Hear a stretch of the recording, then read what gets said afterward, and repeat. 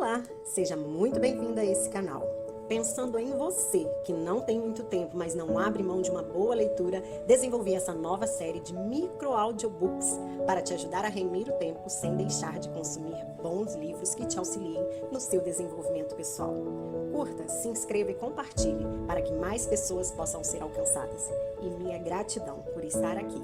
Esse trabalho é feito para você. A vida que vale a pena ser vivida. Resenha crítica. Arthur Melci e Clóvis de Barros Filho. Editora Vozes Nobles. Sobre esse microbook. Você está feliz com sua vida? Para você, a sua vida é uma daquelas que vale a pena ser vivida? Nesta obra, vemos algumas críticas aos desafios da vida e como chegar em um estágio de conforto que ainda abra portas para certa inquietação e crescimento pessoal. Uma obra que procura falar e levantar questionamentos e não trazer afirmações. Vamos refletir? A quem se destina? Tem interesse em filosofia? Em livros que levantam questões sobre assuntos do dia a dia? Esta é uma dessas obras. Que tal embarcar no conhecimento aqui exposto em um momento de concentração em casa? Em A Vida Vale a Pena Ser Vivida, você aprenderá utilidade. E eu com isso? A vida é a energia que possuímos para agir a cada instante. Ame aos outros como a si mesmo. Biografia do autor. Arthur Melci, autor de A Vida Vale a Pena Ser Vivida. Arthur Melci é um psicanalista, filósofo e educador. Clóvis de Barros Filho é jornalista, palestrante e professor na área de ética da Escola de Comunicação e Artes da Universidade de São Paulo, além de coordenador do programa de mestrado da Escola Superior de Propaganda e Marketing. A vida que vale a pena ser vivida. Como a vida boa foi pensada racionalmente? Pensar para viver. Defenderia Sócrates e Platão, mas não o pensamento trivial do cotidiano, como escolher um filme ou qual a faculdade cursar. Isso todos fazem o tempo todo e não necessariamente têm a vida boa. A vida é uma sucessão de situações particulares que enfrentamos. Deliberamos ininterruptamente com as angústias de não nos equivocarmos nas escolhas, distintas e singulares, sempre buscando resolver os problemas da nossa vida. Tudo isso para não entristecer, afinal, odiamos a tristeza. A felicidade é, então, o propósito final de cada escolha que fazemos. E aí entra a importância do pensamento certo, pois não é todo pensamento que vai assegurar uma vida feliz. É preciso mais. Para Sócrates, é preciso ter convicção de que o conhecimento verdadeiro a respeito de uma virtude é primordial para desenvolver a própria virtude. O intelectualismo socrático denomina que apenas o uso da razão e jamais os sentidos do corpo podem chegar à verdade. Conhecer, seja lá o que for, implica em conhecer seu atributo principal. Isso é, aquilo sem o qual toda e qualquer coisa não seria o que é. Identificar a essência pressupõe identificar aquilo que faz ser. Dessa forma, só é possível ter amigos de verdade quem necessariamente conhece o que é amizade. Só tem honra quem sabe o que é honradez. Só ama quem sabe o que é o amor. Aqui é preciso esclarecer um ponto. As verdades que você busca, as tais essências, tão importantes para definir os critérios da vida boa, não estão perambulando pelo mundo. Já se encontram dentro de você, lembranças de sua alma, gravado em seus códigos genéticos, presentes no inconsciente, tão perto, ao mesmo tempo tão inacessível. Entra em cena a dualidade exposta por Platão. O corpo não é a alma, é finito, material, sensível e temporal, e se submete à soberania da alma, imaterial e atemporal. Portanto, existe a possibilidade virtuosa de o corpo apontar para uma vida e a alma deliberar por outra. A vida delineada a partir das verdades absolutas nada tem a ver com o amor.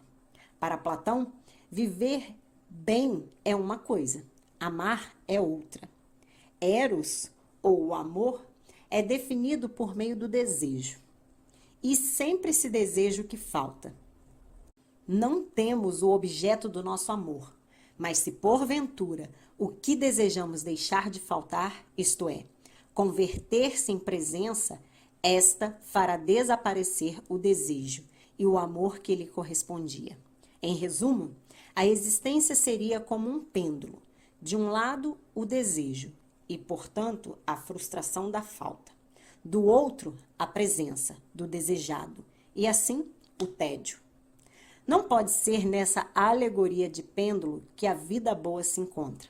Felizmente, Platão não tem sempre razão. Na visão de Aristóteles, a vida de uma pessoa qualquer pode ser valorada em função de referências que a transcendem. Para pensar sobre a melhor maneira de viver, é preciso olhar para fora de si, como parte de um todo. Naquela época, reinava a percepção de que o mundo se encontra dentro do cosmos, que é a ideia de que o universo é algo limitado e ordenado, e como tal pode ser definido e mapeado sem muitas mudanças no seu funcionamento e dinâmica. Tudo o que existe no mundo são do jeito que são porque, sendo assim, tão maravilhosamente adequados para fazer uma atividade que lhes cabe.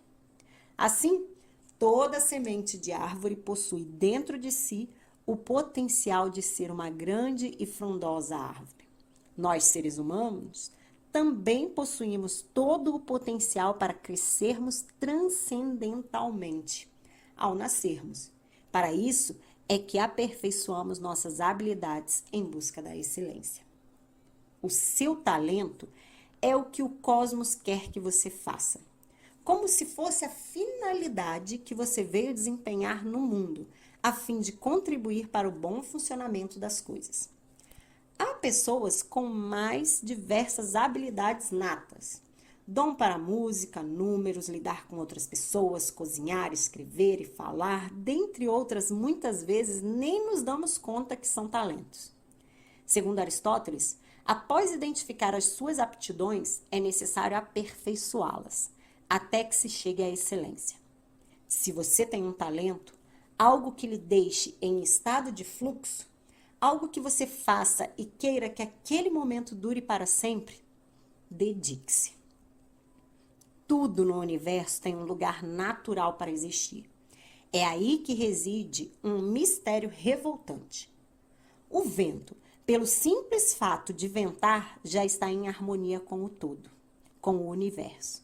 O vento só existe no lugar certo, do mesmo modo o sapo, a girafa, a maré, o luar, os cometas e tudo mais de natural que faz parte do universo. Já o homem tem de fazer das tripas corações para encontrar o seu lugar. Tudo porque, pensava esses gregos, a vida não está pronta. Em qualquer instante, pode ser de um jeito ou de outro, depende da forma que se decide viver. Há infinitas possibilidades. Assim, só o homem pode viver desarmoniosamente, e isso acontece com todos aqueles que não conseguem se ajustar ao resto do mundo. Não se encaixa no todo. Afinal, se pertencemos a um todo ordenado e somos diferentes, é normal que tenhamos papéis distintos nessa complexa engrenagem do mundo.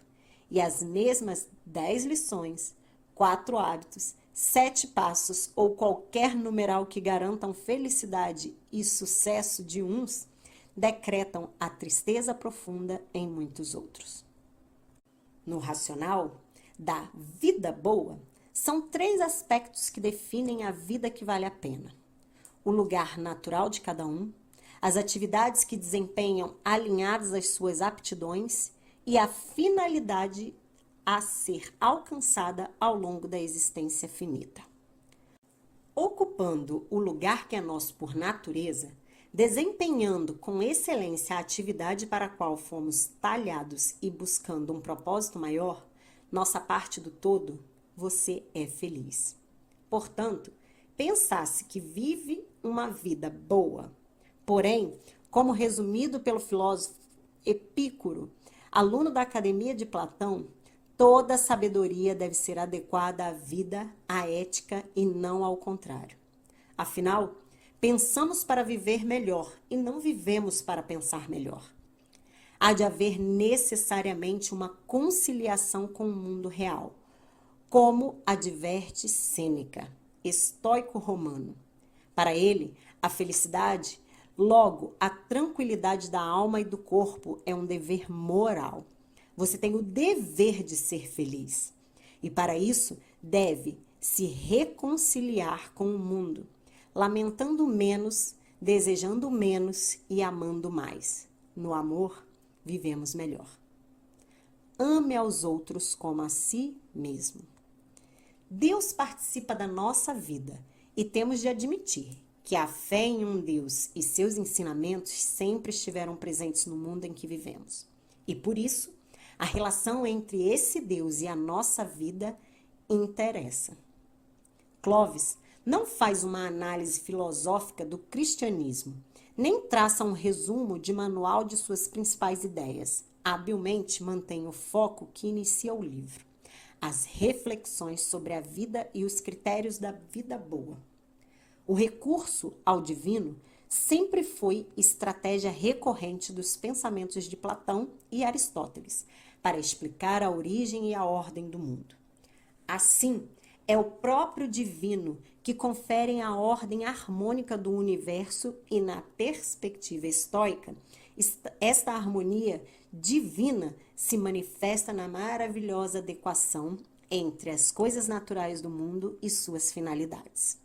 O cristianismo iniciou uma ruptura nesse pensamento, uma alteração na própria noção de divino. Um novo Deus, portanto. O novo Deus não é mais uma ordem cósmica anônima, mas um indivíduo divino que encarnado poderia ser visto na rua, tocado e ouvido por aqueles que estavam vivos na mesma época. Por conta disso, muda a relação do homem com o divino. Na concepção grega, o divino deveria ser identificado pela razão. Qualquer pensante poderia deduzir a ordem divina do mundo ao contemplá-la na natureza. No caso de Cristo, que se fez homem, pouco importa o pensamento. O fundamental agora passou a ser a confiança de aquele homem, Jesus, não esteja mentindo ou enganando. Confiança que o cristão vai chamar de fé.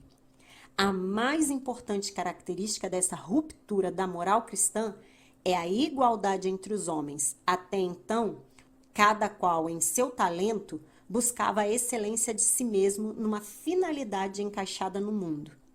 Haveria, portanto, aqueles mais talentosos e outros não tão bons assim, que nasceram ou possuem habilidades admiráveis e outros apenas com habilidades medianas. Portanto, havia a noção de superioridade. Na Grécia, eram primeiros os filósofos, depois os guerreiros e, por último, os artesãos. A moral cristã bate de frente com essa visão, igualando todos os homens perante o divino, ou seja, perante Deus. E a moral é o que se faz com o livre-arbítrio daqui em diante. Outra ruptura é com o trabalho. Nunca antes um deus grego havia trabalhado, nem um dos estoicos romanos. Porém, o Deus cristão trabalhou, criou o universo, o mundo e tudo o que havia nele, incluindo o homem, em 7 dias. Portanto, trabalhar, mais do que um fardo daqueles desprovidos de melhores talentos, homens inferiores na visão grega, dignifica e enaltece o homem. E podemos amar. Amar ao outro, amar à vontade. sem medo à dependência afetiva do outro, pois os gregos relacionavam o amor ao apego ao outro e, portanto, quando interrompida pela morte, restava apenas o sofrimento. Na salvação cristã, a promessa da eternidade e a comunhão, reencontro dos nossos entes queridos que já estão no paraíso. Assim sendo, em Cristo somos iguais, podemos trabalhar sem ser inferiorizados e amar incondicionalmente. Dessa forma, na visão do cristianismo, a vida vale a pena. A vida é a energia que possuímos para agir a cada instante. Eis que chega a perspectiva de Spinoza, filósofo que concebe o termo potência de agir e argumenta que a potência é vida e é pessoal, inalienável, intransferível, incompartilhável.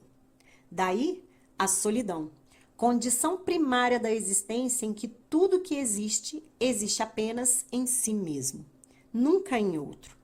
No entanto, embora sendo outro em relação a nós, todo esse resto de mundo que não sai da nossa frente e interfere na nossa potência, em outras palavras, a potência é só nossa, mas está à mercê do resto do mundo.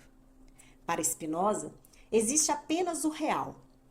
Pode ser chamado de mundo ou universo, mas não pode ser-lhe atribuído nenhum adjetivo. Tudo é o que é e ponto. Não há beleza ou feiura, justiça ou crueldade, caos ou ordem. Estes são os traços que atribuímos ao mundo que advém apenas dos desejos de nossos corpos e expectativas de nossa mente. E o mundo é constituído por partes que somam no todo, em tudo que existe quando se relacionam. A rigor, o que estamos chamando de mundo é todo das relações entre todas as partes. Por isso, não se trata de um simples ajuntamento. Afinal, o todo impõe sua lei, sua finalidade. Ora, se uma parte age sobre a outra, significa que produz efeitos sobre essa outra parte, transformando-a, determinando-a a ser diferente do que era antes da ação e vice-versa. Em outras palavras, quando dois corpos se relacionam, ambos são transformados, de maneira que o corpo A deixa de sê-lo modificado por B, e B também deixa de ser B modificado por A. O homem, que é todo constituído de partes, também é parte. Somos todos partes do mesmo todo, indissociáveis ao mundo ou à natureza, como tudo o mais. Viver é relacionar-se, é estar em relação com o mundo. A vida de ninguém pode ser analisada supostamente pelo que é ou deveria ser, mas pelo que acontece conosco no mundo, na medida que somos efeito do mundo com o qual nos relacionamos. Seu corpo mantém com o mundo uma infinidade complexa de relações com o grande número de efeitos simultâneos sobre você. Mas nem sempre nos damos conta de como o mundo nos afeta. Por isso, muitas vezes não percebemos as oscilações de potência que o mundo determina sobre nós. Esses efeitos não são lógicos, compreensíveis ou organizados. O mundo faz do seu corpo uma arena de efeitos contraditórios da qual você não tem como se dar conta completamente. Isso explica o fato de você ir se convertendo no qual o que é sem entender muito bem o porquê. Apesar de muitos efeitos na relação com o mundo nos escapar, é legítimo que lutemos para nos defender. Ensejamos encontros agradáveis com o mundo, nos aproximando de tudo aquilo que nos encanta e procurarmos distanciar de encontros desagradáveis. É difícil exercer com maestria essa função, pois viver é a sucessão de encontros inéditos com o mundo, porque a cada instante nosso corpo é sempre outro, o mundo que o encontra também. Nosso corpo, num instante de existência no mundo, é radicalmente singular. Nada é absolutamente igual. Como estamos em constante relação, nosso corpo está ininterruptamente passando de um estado a outro. Ora, essas passagens, que nos constituem instante a instante, não se equivalem e podem ser mensuradas a partir de um critério: nossa potência de agir. Algumas passagens são boas, outras más. Assim, quando passamos de um estágio menos potente para um estado mais potente, podemos dizer que ganhamos potência de agir e, o contrário, perdemos potência de agir. Essas passagens têm nome. Quando são boas e com elas ganhamos potência, denominam-se alegria. Quando são ruins e implicam perda de potência, denominam-se tristeza. Dessa forma, o mundo é bom quando se alegra e ruim quando se entristece. Como a nossa potência é o nosso próprio ser, a alegria nos aproxima de nossa essência, nossa perfeição. Alegria é o âmago da vida boa, tristeza, o seu contrário. E nós? Somos natureza. Por isso, existir é insistir, é afirmar-nos no mundo. Tudo que é, todo o ser esforça-se para continuar a ser. Esse esforço é do corpo e da alma, que lutam pela alegria o mais que podem. Esforços em paralelos, diferentes manifestações da mesma substância.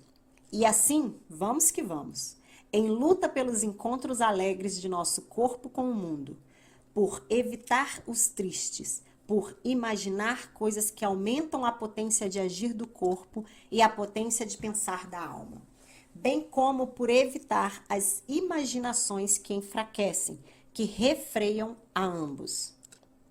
Utilidade. E eu com isso? Ao longo da vida, somos cobrados o tempo todo e aqueles que cobram esperam algo de nós. As notas da escola, prêmios nos esportes, aprovação no vestibular, novas notas, processos seletivos e, finalmente, o início da carreira, onde tudo depende das metas, targets, goals, objetivos, etc.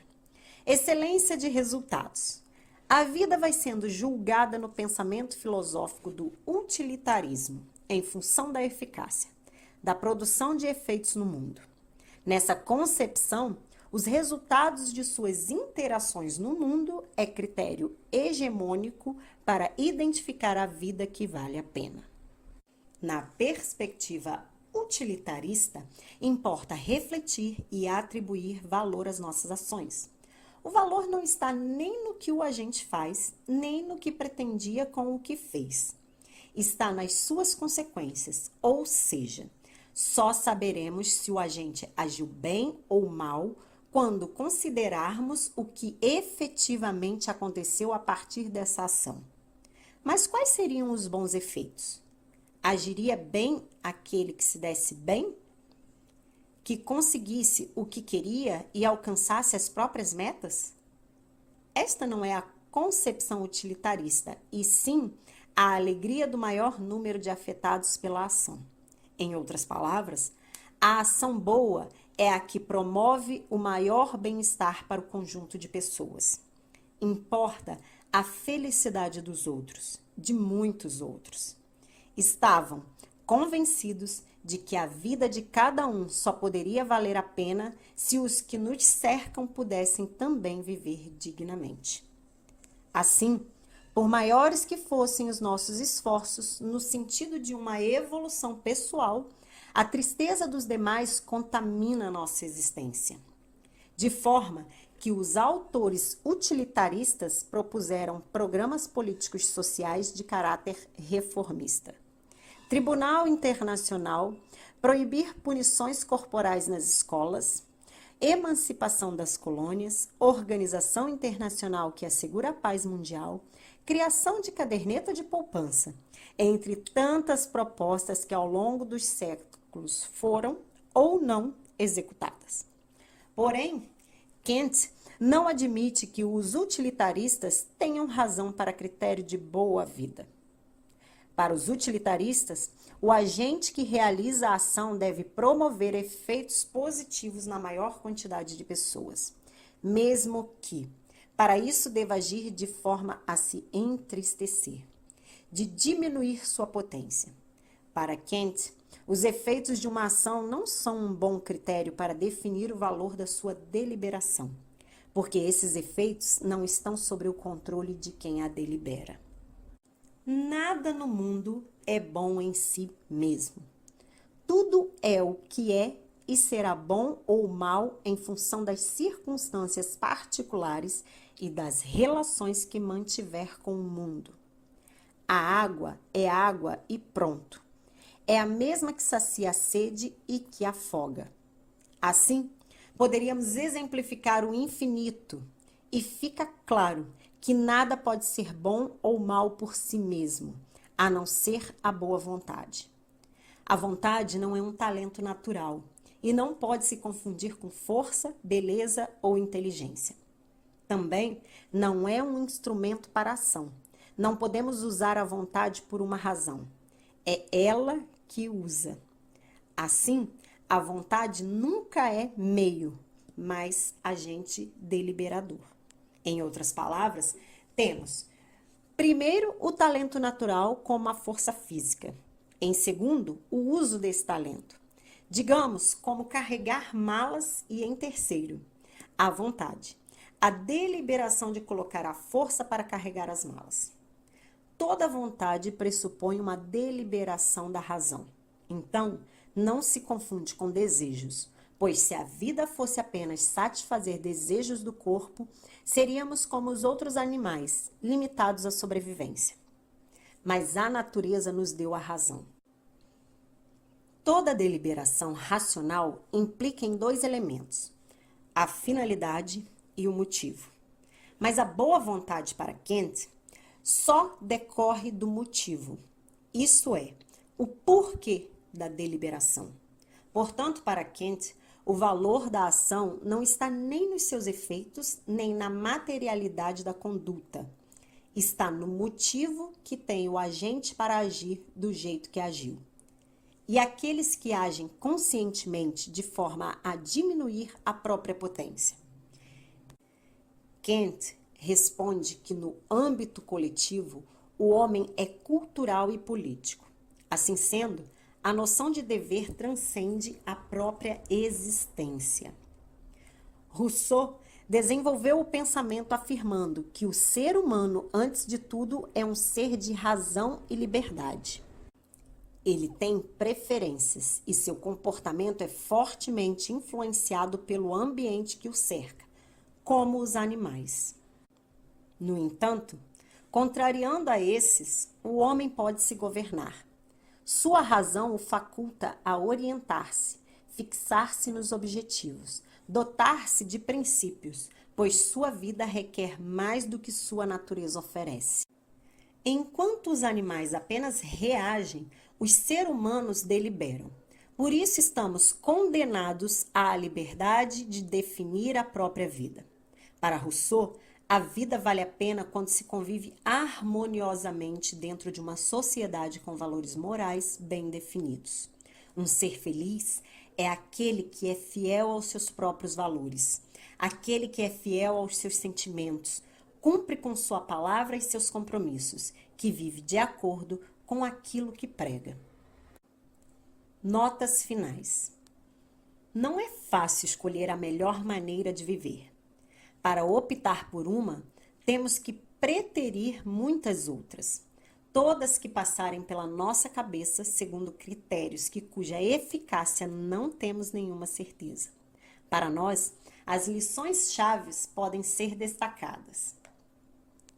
Da vida não tiramos férias. Ela não está pronta. Deve ser construída à medida que se vive e, independentemente da escolha, sempre pairará a suspeita do erro e do arrependimento. As concepções sobre uma vida bem vivida não são excludentes entre si, muito menos definitivas. Cada corrente filosófica pode ser aplicada em momentos determinados da vida. Por isso, continuam pertinentes. O homem é fundamentalmente livre, e para que essa liberdade seja exercida de maneira plena, é necessário que se saiba conviver em uma sociedade moral. Viva com intensidade. Na intensidade desaparecem passado e futuro. Vida intensa é aquela que, de tão boa, você não se dá conta de ter vivido. Não tenha medo de trabalhar e nem se sinta inferiorizado por nenhum tipo de trabalho. A busca pela excelência e perfeição pessoal não deve sobrepor o coletivo. Saiba que a vida que vale a pena ser vivida é exatamente essa que você desfruta nesse exato instante, mas com tudo que tem direito: altos, baixos, sonhos, desilusões, fracassos e vitórias, recheadas de você exercendo a liberdade de ser você a cada instante. O autoconhecimento é a chave para descobrir os critérios que você valoriza para fazer a vida valer a pena. Feliz daquele que é respeitado pelas suas ações, digno de confiança. Exerce seus talentos com intensidade em prol da sociedade. Atinja a excelência na sua missão na Terra e que, a cada inédito instante de encontro com o mundo, se alegra. Minha dica: esse livro é uma leitura obrigatória para qualquer amante de filosofia. E para aqueles que se interessam, esse livro certamente será sua porta de entrada para o mundo da filosofia. Então não deixe de ler a versão completa deste livro.